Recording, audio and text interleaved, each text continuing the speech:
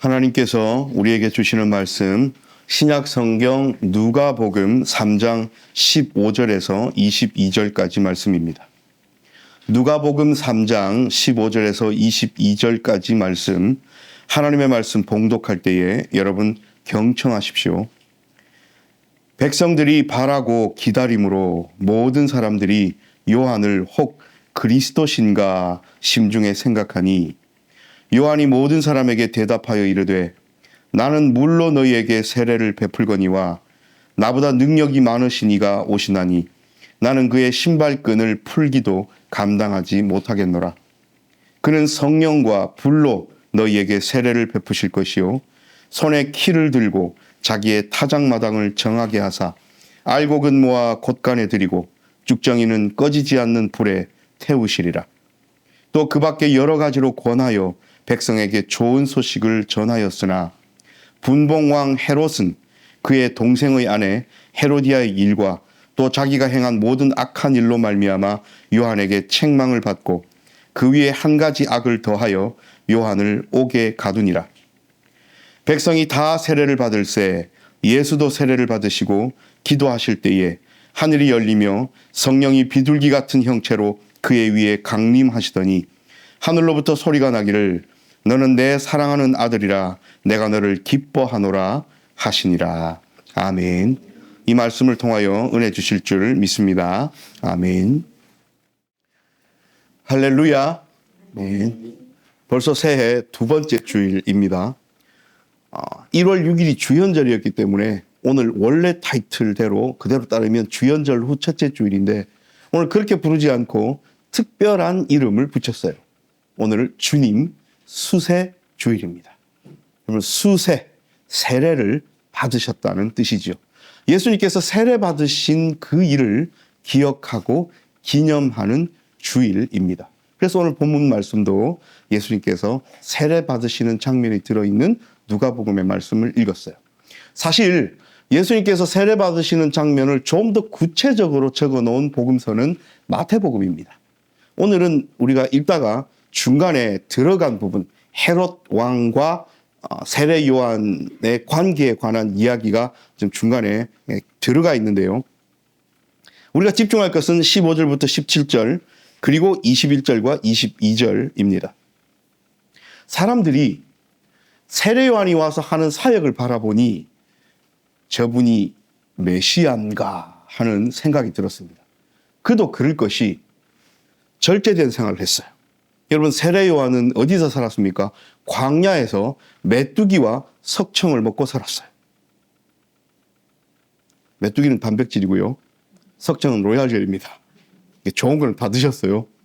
어쨌든 조제되고 요리된 것을 먹기보다는 거기에 시간을 쏟고 하기보다는 광야에서 절제하면서 누더기를 입고 금식해가면서 또 죽지 않을 만큼 메뚜기와 석청을 먹어가면서 그렇게 살았어요.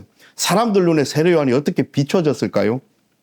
지금 우리로 치면 뭔가 있어 보이는 사람, 뭔가 감추고 있는 사람, 도인, 뭔가 영적인 사람, 하나님께서 뭔가 말씀을 이렇게 좀 맡겨놓은 듯한 선지자 같은 사람, 이런 느낌 아닌 느낌이 들었습니다. 그런데 이분이 자기만을 위해서 사는 것이 아니라 사람들을 향하여서는 두 가지 일을 행하였어요. 첫 번째는 외쳤습니다. 회개하라. 하나님의 나라가 가까이 왔다. 사람들에게 회개를 종용하는 메시지를 정했습니다. 그리고 그것에서 끝나는 것이 아니라 사람들이 그 메시지를 듣고 마음에 찔림을 받는 사람들이 있었지 않겠습니까? 무시하는 사람들도 있었겠지만, 그래서 세례 요한의 그 외침을 듣고 내가 회개하고 싶다. 이 죄에서 벗어나고 싶다. 어떻게 해결하지? 라고 했을 때에 회개를 부르짖으면서 오는 사람들에게 죄 씻음의 의미로 세례를 베풀었어요. 그러니 사람들이 세례 요한을 많이 따랐습니다. 이 선생님을 따라가면 나의 죄 문제가 해결되고, 이 선생님을 따라가면 그렇게 죄 문제를 해결받고 회개한 다음 보이는 메시지가 뭐예요? 하나님의 나라가 가까이 왔다는 거예요. 그래서 내가 구원받는 길이 여기 있구나. 이 선생님을 따르면 되는 거구나 하면서 세례 요한의 제자들이 엄청나게 많아졌어요. 그러다 보니 자연스러운 그 다음 단계로 오실 그분이 당신이십니까? 라는 질문을 하게 되어요. 이것이 우리가 읽은 15절 말씀입니다. 백성들이 바라고 기다림으로 모든 사람들이 요한을 혹 그리스도신가 심중에 생각하니. 요한이 이것을 알았습니다. 그 중에 많은 나쁜 사람들이 하나님의 영광을 가로채요. 딴 세상 사람 이야기하는 것이 아닙니다. 무엇이든 간에 어떤 종류이든 간에 신앙생활을 하고 다른 분들에게 그게 찬양이든 설교든 메시지든 뭐 감동이든 뭐든 간에 다른 사람들과 함께 공유함으로써 다른 사람들의 신앙을 진작하고 그분들에게 도움을 주는 그런 좀 모범적인 신앙인들이 있어요. 좀 앞서 나가는 신앙인들이. 그런데 거기에 너무 함몰되는 몇몇 사람들은 하나님의 영광을 다 자기가 가로채요. 그래서 그 인기몰이 그 이름이 유명해짐에 편승하여 그것을 누립니다. 마치 연예인처럼. 오늘 세례요한은 그러지 않았어요. 조금은 사람들이 그렇게 생각하든지 말든지 나를 메시아라고 생각하면 좀 더 나한테 좀 내 말이 더 잘 먹히겠지. 내 말에 더 귀 기울이겠지. 그러지 않으시고 나는 물론 너희에게 세례를 베풀었을 뿐 내가 그분의 신발끈 풀기도 감당하지 못할 만큼 진짜 그분이 오실 건데 그분은 내가 너희에게 주는 물로 세례 베푸는 것보다 훨씬 고차원적이고 궁극적이고 원론적인 세례, 불과 성령으로 세례 주실 그분이 오실 거다. 고로 나는 여러분들이 생각하고 기대하고 심중에 생각하는 그리스도가 아니다. 라고 분명하게 말씀하십니다. 자, 여기서 우리가 기억해야 될 단어 두 개가 뭡니까? 불과 성령입니다. 그래서 그분이 오시면 불과 성령으로 오셔서 세례를 베푸시면 그 다음 17절 어떤 일이 벌어져요? 알곡과 쭉정이가 드러나는 겁니다. 저는 커피를 좋아하기 때문에 또 많이 먹고 자주 먹기 때문에 벗겨진 원두를 사기에는 부담이 되어요. 그래서 크게 실력은 없고 전문가는 아니지만 나름의 방법을 찾아서 생두를 사서 집에서 볶습니다. 그러면 푸릇푸릇하고 원래의 야생의 향이 나던 콩이 불에 들어가서 벗겨지면 우리가 갈아서 먹을 만큼의 맛있는 커피로 변화되지요. 정상적인 콩은 그렇게 됩니다. 그래서 더 맛있어져요. 우리가 생두를 씹어 먹을 수는 없잖아요. 이걸 불에다 넣고 잘 볶으면 정말 향이 좋은 양질의 커피가 되어요. 자, 이렇게 커피를 볶았을 때 아시는 분은 아시겠지만 커피를 감싸고 있던 껍질이 많이 생깁니다. 체프라고 그러죠. 볶다가 한번 선풍기 잘못 날리면 온 집안이 난리가 나죠. 날려서. 여러분 그거 갈아먹는 사람 있습니까? 물론 갈다가 조금 들어가서 함께 갈릴 수는 있지만 대부분의 체프는 모아서 버리죠. 어제도 제가 볶았는데 한꺼번에 모아서 쓰레기통에 그대로 버렸습니다.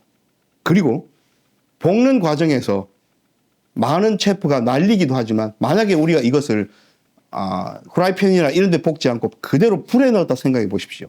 원두는 불에서도 우리가 시간만 잘 지키면 맛있게 익어갈 겁니다. 근데 그 껍데기는요. 오늘 여기 성경에서 말하는 쭉정이는요. 불에 타서 없어집니다. 그러니 불에 들어가기 전에는 무엇이 원두인지 무엇이 체프인지 구별 잘 안 돼요. 붙어있기 때문에. 불에 들어가서 알곡과 쭉정이가 나누어질 때 원두와 체프가 나누어질 때에야 비로소 먹을 수 있는 것, 사실 먹을 수 있는 것의 차원을 넘어서 맛있는 것, 우리를 즐겁게 하는 원두와 당연하게 쓰레기통에 버려야 되거나 불에 타서 날아가 없어질 체프가 구분됩니다. 예수님께서 이 땅에 오셔서 우리에게 세례를 베푸신다 했는데 죄사함의 의미에 물로 세례를 베푸신 세례 요한과 달리 예수님은 불과 성령으로 우리에게 세례를 베푸신대요. 근데 그 결과가 뭐냐고요? 알곡과 쭉정이의 나뉨입니다. 예수님께서 이 사역을 시작하시기 위하여 어떤 사역요? 불과 성령, 알곡과 쭉정이, 여러분들 기억하셔야 될 단어들이에요. 이 사역을 시작하시기 전에 무엇을 하십니까? 세례 요한에게 세례를 받으십니다. 무엇으로요? 불과 성령으로요? 아닙니다. 불과 성령으로는 세례 요한은 세례를 줄 수 없습니다. 세례 요한은 요단강에서 물로 세례를 주셔요. 의미는요, 죄 씻음의 의미예요. 그러면 저와 여러분 다 잘 알고 계시듯 예수님은 죄가 없으신 분인데 물로 세례 받으실 필요가 없으시죠. 그래서 마태복음에 보면 세례 요한이 거부합니다. 내가 당신에게 세례를 받아야 할 터인데 어찌 내게 나아오십니까? 라고 했더니 예수님께서 이렇게 대답하시죠. 이제 허락하라. 너와 내가 이렇게 함으로써 의를 이루는 것이 합당하다. 라고 하시면서 죄 없으신 그분께서 죄 씻음의 의미의 물로 된 세례를 세례 요한에게 예수님이 받으십니다. 보통 사람들은 이렇게 요단강에 침내죠. 푹 들어갔다가 물에서 쫙 올라오면 어떤 일이 벌어졌어요? 그게 이제 형식이긴 하지만 내가 죄 사함을 입었다. 물로 때가 벗겨지고 씻기듯 옷이 하얘지듯 내가 죄된 삶에서 깨끗하게 사함을 입는구나. 이제부터 하나님을 따르는 삶을 살아야지 하는 다짐과 결단과 함께 물에서 나오겠죠. 보통 사람들은 세례 요한에게 세례를 받을 때. 그런데 예수님께서 세례를 받고 물에서 올라오실 때에 어떤 일이 벌어집니까? 이것이 22절입니다. 하늘이 열리며 예수님이 기도하실 때요. 세례를 받으시고 기도하실 때에 하늘이 열리며 성령이 비둘기 같은 형체로 그의 위에 강림하시더니 하늘로부터 소리가 나기를 너는 내 사랑하는 아들이라 내가 너를 기뻐하노라 하시니라. 여러분 이 장면은 중요한 장면입니다. 왜 중요한 줄 아십니까? 구원사역, 불과 성령으로 세례를 베푸시고 알곡과 쭉정이로 나뉜다는 것은 구원받을 자, 구원받지 못할 자가 나뉜다는 건데 우리 입장에서는 예수님의 구원사역이 시작되는 것 아닙니까? 그 구원사역, 불과 성령으로 세례를 베푸시고 우리를 알곡 삼아서 하나님의 자녀 삼으실 예수님의 그 사역을 시작하시는 이 시점에서 2위 되신 성자 하나님 어디 계십니까? 육신을 입고 세례받고 계시죠. 아버지 하나님은 뭐 하십니까?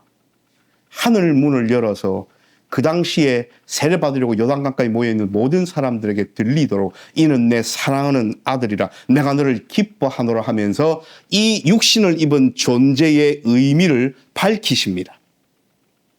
감추시는 것이 아니고 오픈하셔서 너희가 보고 있고 지금 이 물에서 올라온 이 나사렛 목수 예수가 너희를 구하여 이 땅에 온 그리스도고 메시아이고 내 사랑하는 아들임을 만방에 밝히십니다. 삼위 되신 성령 하나님 뭐 하십니까? 비둘기 같은 형체로 예수 그리스도 위에 임하십니다. 이게 뭡니까 여러분? 성삼위일체 하나님이 한 자리에서 한 사역을 감당하고 계십니다. 그래서 우리는 한 하나님이라고 인식합니다. 어떤 사역에 있어서요? 구원 사역에 있었습니다. 삼위일체 주일날 좀 더 자세하게 함께 나눌 거지만 오늘 세례 받으실 때에 삼위일체 하나님이 함께 하신다는 이 사실을 저와 여러분 잊어서는 안 됩니다. 그래서 오늘 이 예수님께 성령 하나님께서 비둘기 같은 형체로 임하셨어요. 이 임하심은 그대로 누구에게 이어집니까? 오순절 마가의 다락방 사건에서 120명에게 그대로 임하십니다. 오늘 예수님께 임했던 성령 하나님은 예수님께서 돌아가시기 직전 요한복음 마지막 설교 때에 약속하셨던 보혜사 성령을 너희에게 보내주리라 하신 그 약속대로 사도행전 1장에서 오순절 마가의 다락방 사건으로 임하십니다. 그러므로 성경은 딴 얘기들을 하고 있는 것이 아니에요. 한 맥락과 한 흐름 속에서 이루어져 갑니다. 그 사역의 시작점이 예수님께서 세례 요한에게 세례 받으시는 이 장면입니다. 그러므로 여러분, 각각의 사건들은 뚝뚝 떨어져서 개연성이 없는 것이 아니라 하나님은 이미 계획을 가지시고 우리를 구원하시고 우리를 알곡 삼으시고 우리를 불과 성령으로 붙잡으시려고 작정하시고 지금 이 땅에 오셔서 성삼위일체 하나님께서 사역하고 계시는 장면입니다. 오늘 그리고 그것을 기억하고 기념하는 새 두 번째 주일, 주님 수세 주일입니다.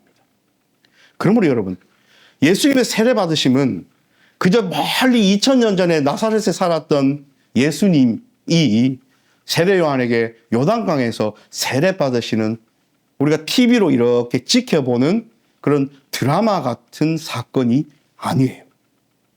나랑 상관없는 그들의 이야기가 아니에요. 이 일을 시작하심으로 우리는 불과 성령으로 세례를 받은 존재가 되었습니다.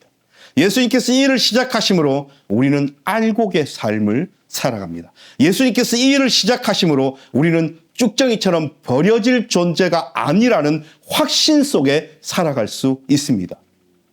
예수님께서 이 일을 시작하심으로 우리는 더 이상 불에 타서 없어질 쭉정이 같은 죄인된 삶이 아니라 영원한 생명을 부여받은 하나님의 자녀로서의 삶을 살아갈 수 있습니다. 그리고 오늘 하나님께서 공공연하게 세례받으러 모여있는 많은 요단강가에 있던 사람들에게 보란 듯이 예수님의 존재를 드러냈듯이 마가의 다락방에서도 성령 하나님이 임하실 때에 골방에서 혼자 기도할 때에 주신 것이 아니라 함께 함으로써 서로를 인정하고 바라보라고 성령 하나님께서 임하셨지요. 이것이 우리가 함께 앉아서 예배 드리는 이유입니다. 골방에 앉아서 나 혼자 경건하게 성경책 펴고 찬송 부르고 기도실에 앉아서 예배할 수 있어요. 그 예배도 소중해요. 그런데 하나님께서 원하시는 것은 공동체입니다. 함께 모여 서로가 서로를 바라보며 서로를 보면서 불과 성령으로 세례받은 분이구나를 인정하라는 거예요. 눈에 보이는 옆에 있는 분들도 소중히 여기지 않고 인정하지 못하는 신앙생활이라면 보이지 않는 하나님을 어떻게 존경하고 사랑하고 경배하고 찬양할 겁니까? 그래서 하나님이 우리를 하나로 묶어 주신 겁니다. 사람들은 메시아를 원하고 바랬습니다. 그리고 다 각자 마음에 메시아상을 만들어 놨었어요. 정치적인 독립을 원하는 사람들은 메시아상이 어떻겠습니까? 메시아가 오시면 정치적으로 우리를 독립하게 할 것이다. 종교적인 사람들은 어떻게 생각했을까요? 빨리 메시아가 오셔서 무너져버린 저 성전을 회복하고 옛 다윗의 영광에, 그래서 나도 빨리 얼른, 만약에 제사장이면 들어가서 옛날처럼 율법에 따라 제사하고 싶다. 쉽지 않았겠습니까? 다 각자의 생각대로, 각자의 마음대로, 각자가 구축해두는 모양대로 메시아를 원했어요. 그러니까 메시아를 기다리고 바라는 것은 다 똑같은데 만들어 놓는 메시아상은 아마 각자의 삶의 자리에 따라서 달랐을 겁니다. 이 모든 것을 깨뜨리시면서 하나님은 하나님께서 궁극적으로 제공하실 메시아상을 제공하신 거예요.